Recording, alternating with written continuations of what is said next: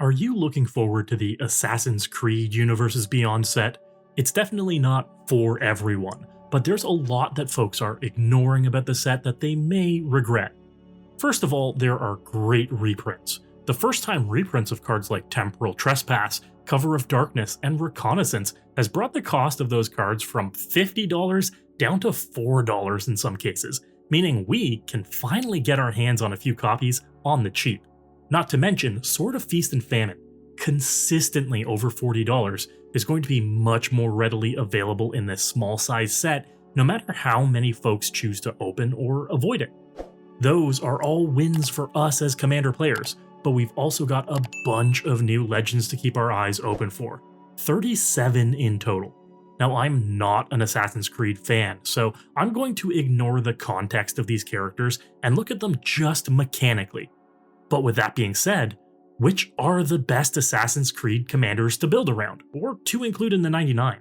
Be sure to tell me your favorites in the comments. Let's start with one I'm excited for, Surtur Fiery Jotun.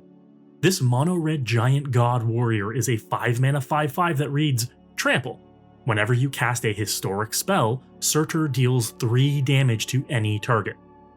Now this may read as pretty basic, but being able to infinitely cast artifacts, legendary creatures, or sagas is a lot easier than you may think. 0-mana spells like Mox Amber, Rograk, and the Lotuses are played in power levels ranging from casual to tournament-winning competitive, and all exist with loops to recast them again and again. In fact, commanders like Animar Soul of Elements make it a cornerstone of their strategy to infinitely bounce and recast an ancestral statue.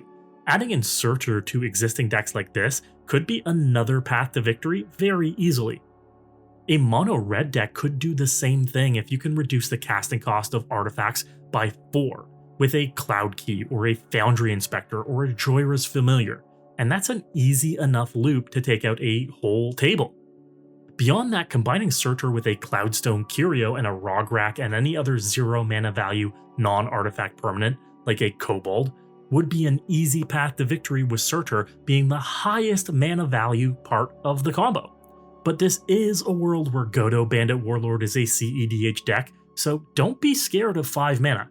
Even in casual brews, Surtur easily slots into decks like Duretti or Joyra to turn your deck into a lightning bolt slinging machine.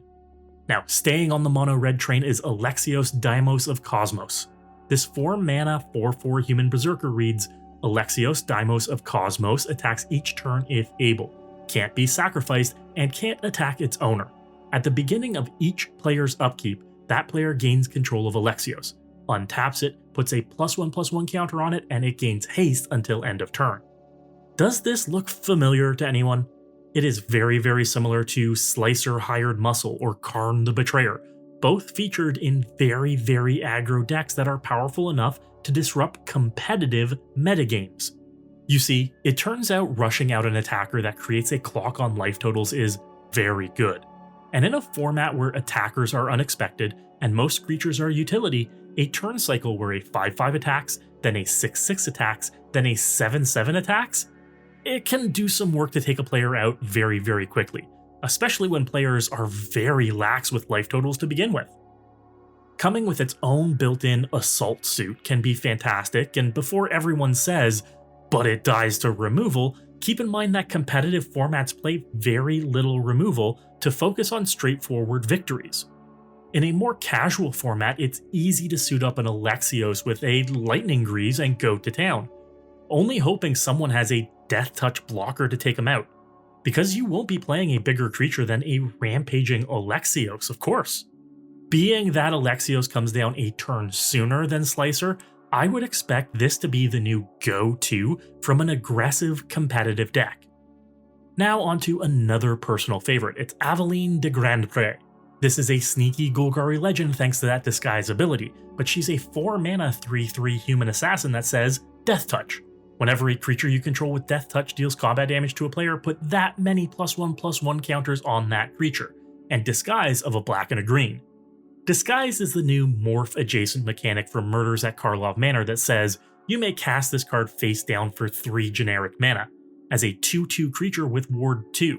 Turn it face up at any time for its Disguise cost. It's that disguise cost containing a black mana pip that makes Aveline a sneaky Golgari commander, but deep down she's the new best friend of Finn the Fangbearer at the head of any Death Touch themed deck. Many folks, myself included, have been begging for a day where we can play Hooded Blightfang and Finn together, and we can do that under Aveline, turning your little Death Touch 1/1 creatures into eventual massive beaters.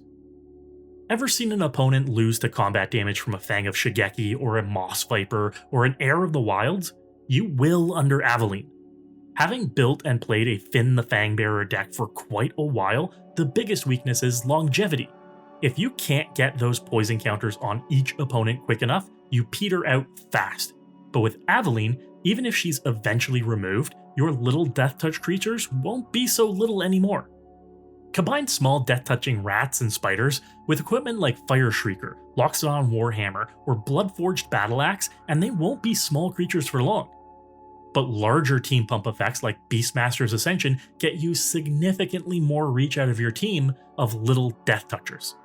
The actual disguise mechanic really doesn't matter save for getting you a wider color identity, but trust me when I say Aveline has a home. Next up, let's talk Sean and Rebecca Agents. Just two totally normal desk jockeys in our Magic the Gathering. This 4-mana 4/4 Bant legend is a human assassin scientist that doesn't look like one, but they read Vigilance.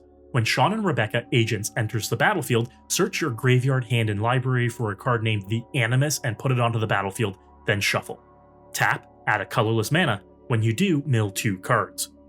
The really interesting part isn't Sean and Rebecca themselves, but it's this thing, the Animus.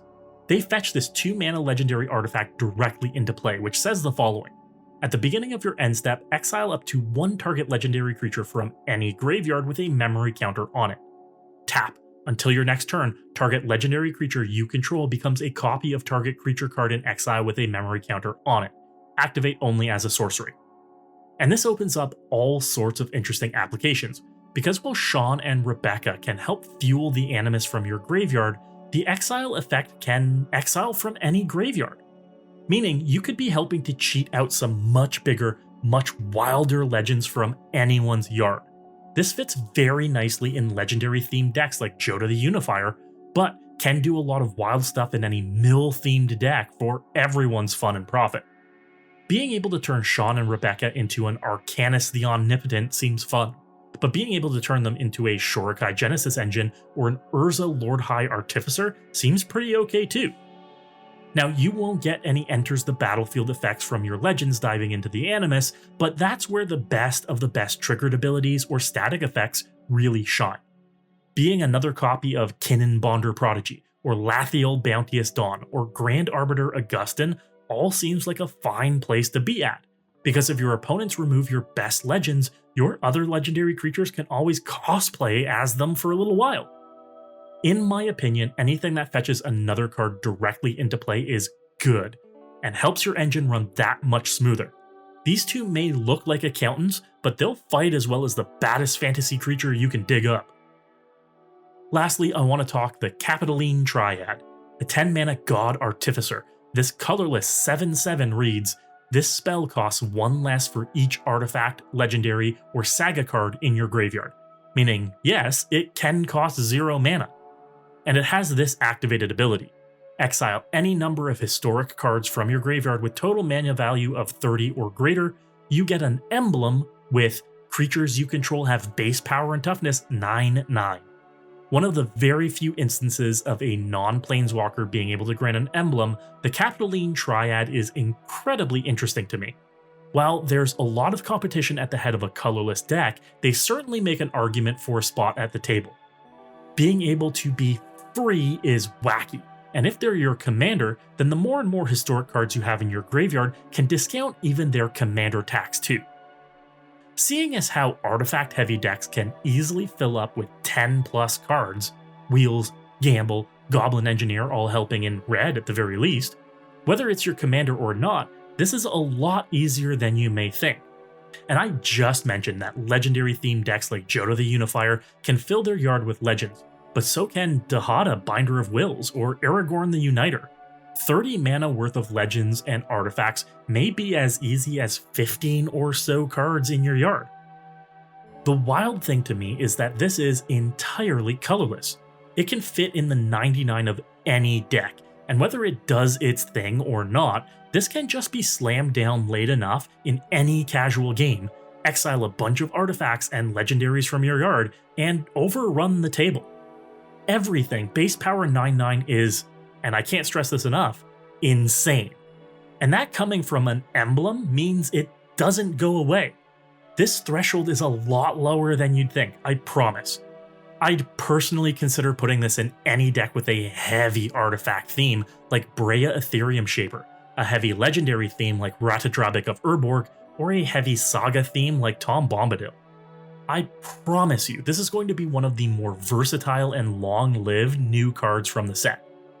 But be sure to let me know in the comments what you think about the Assassin's Creed set. Is it too soon after the release of Modern Horizons 3 for you to care?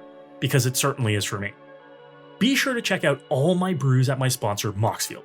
Moxfield is the best deck building platform in the world and makes it easy to brew new legends before they're even released.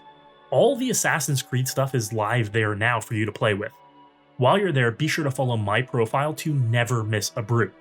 And while you're here, be sure to slam that subscribe button and catch all my deck techs, like these ones you may have missed. But as always, folks, first and foremost, good luck and have fun.